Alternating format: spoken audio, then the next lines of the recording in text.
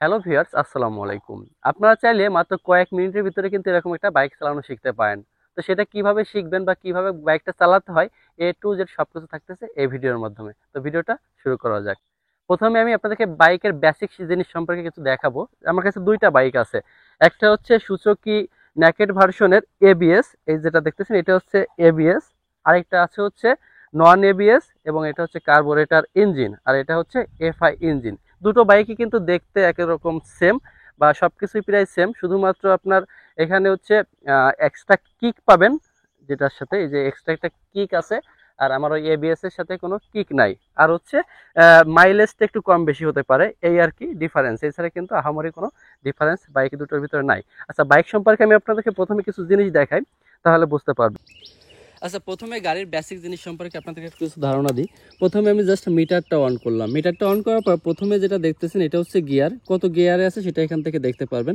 তারপরে গাড়িটা যখন রান থাকবে তখন এখানে কতটুকু স্পিডে চলতেছে সেটা দেখাবে। তারপরে এখানে আছে ফুয়েল বা তেল, আপনার কতটুকু তেল আছে সেটা দেখতে পারবেন। তারপরে এখান থেকে এই পর্যন্ত কত কিলোমিটার চলছে সেটা দেখতে পারবেন। তারপরে এখানে কয়টা বাজে সেটা দেখতে পারবেন। এটা হচ্ছে মূলত মিটারের যে কাজটা ছিল সেটা দেখালাম। এরপর যদি আমি বাম সাইডে আসি, বাম সাইডে আসার পর দেখেন প্রথমে যেটা রয়েছে সেটা হচ্ছে এখানে লাইটটা হচ্ছে আপ ডাউন করার জন্য, অর্থাৎ উপরের লাইটটা জ্বালানোর জন্য হচ্ছে এটা। এটা দিলে হচ্ছে গাড়ির আলোটা দূরে যে পড়বে সেটার কাজ হচ্ছে এটা। তারপরে এটা হচ্ছে ইন্ডিকেটার, এটা দিলে হচ্ছে লেফট রাইট যে ইন্ডিকেটারটা আছে সেটা জ্বলবে। তারপরে এটা আছে যেটা, এটা হচ্ছে হর্ন। হর্ন সম্পর্কে তো আসলে কম বেশি সবাই জানেন। তারপরে এই যে পাস আছে, পাস দিলে হচ্ছে যে আপনার গাড়ির হেডলাইটটা পাস করবে আর কি, ঠিক আছে। তারপরে যেটা রয়েছে এটা হচ্ছে ক্লাস। ক্লাসের কাজ সব থেকে বেশি গুরুত্বপূর্ণ, কারণ আপনি যখন গাড়ির স্লো করবেন বা ইঞ্জিন ব্রেক করবেন তখন ক্লাসটা লাগবে। গিয়ার পরিবর্তন করতে গেলে ক্লাস চেপে ধরে মূলত গিয়ারটা পরিবর্তন করতে হবে। তারপর ডাইন সাইডে যদি আমি আসি, প্রথমে আছে সেলফ স্টার্ট। সেলফ স্টার্ট দেওয়ার জন্য যে সুইচটা আছে এটা নিচের দিকে দেওয়ার পর এটা মূলত সেলফ স্টার্ট হবে। তারপর এটা হচ্ছে হেডলাইট জ্বালানোর জন্য এটা কাজ করে। তারপর এটা হচ্ছে সেলফ স্টার্ট দেওয়ার জন্য, আর এটা হচ্ছে ব্রেক, সামনে যে ব্রেকটা আছে সেটা। এবার যদি আমি আপনাদেরকে গিয়ার সম্পর্কে দেখাই, দেখেন এই সুজুকির যে গাড়িগুলো আছে বা লেটেস্ট ভার্সনের যে গাড়িগুলো বর্তমান আছে সবগুলোর গিয়ার সিস্টেমটা হচ্ছে প্রথমটা হচ্ছে সামনে যাবে, বাদ বাকিগুলো সব পিছনে অর্থাৎ উপর দিকে যাবে। এটা হচ্ছে গিয়ার সিস্টেম, ঠিক আছে। আর এই সাইডে যেটা আছে সেটা হচ্ছে ব্রেকিং সিস্টেম, এই যে। আর একইভাবে যদি আমি এই গাড়িটা দেখাই, এই গাড়িটাও সেম, সবকিছু একই রকম, শুধুমাত্র এখানে এক্সট্রা যেটা আছে সেটা হচ্ছে কিকটা পাবেন। ওকে, এখন আমি আপনাদেরকে বাইকটা স্টার্ট সম্পর্কে একটু দেখাই। জাস্ট প্রথমে আগে এবিএসটা দেখাই, যেটার মূলত কিক নাই। যদি আপনারা এই গাড়িটা স্টার্ট করতে চান, প্রথমত গাড়িতে চাবিটা দিতে হবে। দিয়ে দেওয়ার পর এখান থেকে মূলত সেলফ স্টার্ট দেওয়ার জন্য মূলত এই সেলফে যে সুইচটা আছে সেটা অন করবেন। অন করার পর এখান থেকে মূলত ক্লাচটা চেপে ধরে রেখে জাস্ট সেলফের উপরে চেপে ধরলেই মূলত গাড়িটা স্টার্ট হয়ে যাবে। এখানে অবশ্যই আপনাদেরকে ক্লাচটা চেপে ধরতে হবে, কিন্তু ক্লাচটা না চেপে ধরলে কিন্তু আপনাদের এই সুজুকি গাড়িগুলোর স্টার্ট হবে না। সুজুকি নেকেড ভার্সন যে গাড়িগুলো আছে বা নর্মাল গাড়িতে ক্লাচ না ধরলেও কিন্তু স্টার্ট হবে।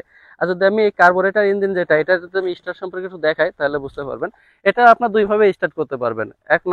প্রথমত যেটা সেটা হচ্ছে আপনার সেলফের মাধ্যমে, যেরকম ভাবে দেখালাম সেলফের মাধ্যমে স্টার্ট করতে পারবেন, অথবা সেলফ যদি কখনো ডাউন হয়ে যায় তখন আপনারা চাইলে এখান থেকে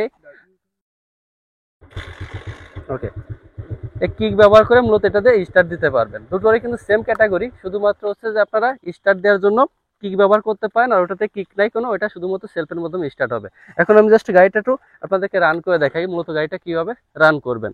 ওকে, আমি জাস্ট গাড়িটা স্টার্ট করতেছি।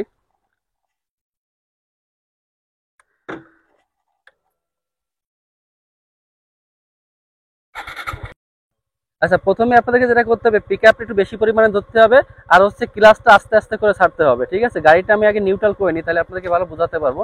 গাড়িটা নিউট্রাল করলাম। প্রথমে হচ্ছে আপনারা পিক আপটা বেশি পরিমাণে ধরবেন, তারপরে হচ্ছে একটা গিয়ার দিবেন।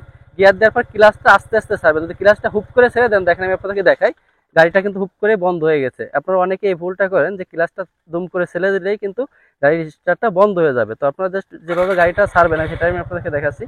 গাড়িটা জাস্ট আস্তে আস্তে করে পিক আপটা বেশি পরিমাণে ধরবেন, ক্লাচটা আস্তে আস্তে ছাড়বেন। দেখেন এই যে ক্লাচটা আমি আস্তে আস্তে ছাড়তেছি, এই যে গাড়িটা কিন্তু রান হয়ে গেছে। যখন 10 প্লাস হয়ে যাবে তখন আপনারা জাস্ট ক্লাচটা চেপে ধরবেন। ক্লাচটা চেপে ধরার পর জাস্ট একটু গাড়িটা স্পিড হলে গিয়ারটা এভাবে উপর দিকে টান দিলে কিন্তু দ্বিতীয় গিয়ারে পড়ে যাবে। যখন কিনা গাড়িটা এবার স্লো করবেন, জাস্ট পিছনের ব্রেক এবং সামনের ব্রেক এবং ক্লাচ সবগুলো সমান পরিমাণে ধরে আস্তে আস্তে করে গাড়িটা স্লো করবেন। স্লো করার পর এখান থেকে সেলফ স্টার্টের মাধ্যমে তারা এই স্টার্টটা বন্ধ করে ফেলতে পারবেন।